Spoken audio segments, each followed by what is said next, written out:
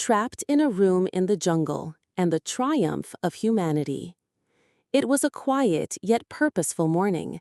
The sun had barely risen when a humanitarian convoy led by Khalid Mahmoud, president of Foundation Raindrops, set out toward the deep forests of the Amazon. Accompanying him was Jenny Macayo, representative of the Ecuadorian government, and Teep Puyo Pasta, the deputy mayor, who was herself well known for her dedication to social service. Along with them were members of the municipal corporation and volunteers from the foundation.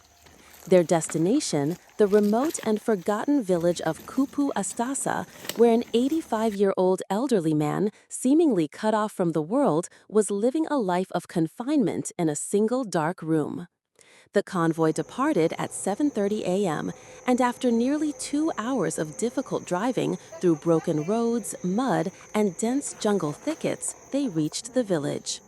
When they arrived, they knocked on the frail, half-broken door of a dimly lit room.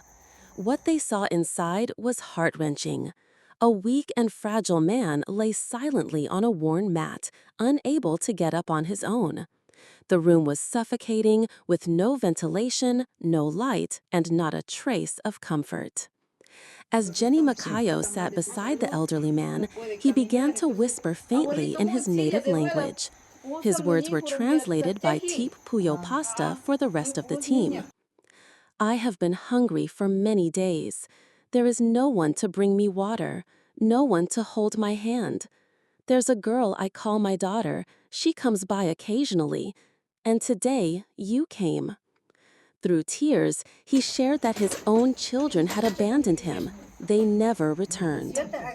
"When they were young, we gave every breath for them, but now, no one hears my voice."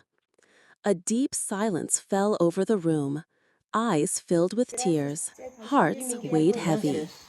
Khalid Mahmoud, with his own hands, gently brought a wheelchair forward and placed it beside the elderly man. A light appeared in his eyes, one that no words could describe.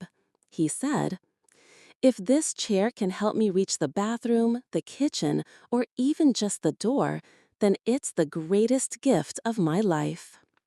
At that moment, Jenny Macayo held his hand and softly said, "You are not alone anymore. This isn't just a wheelchair.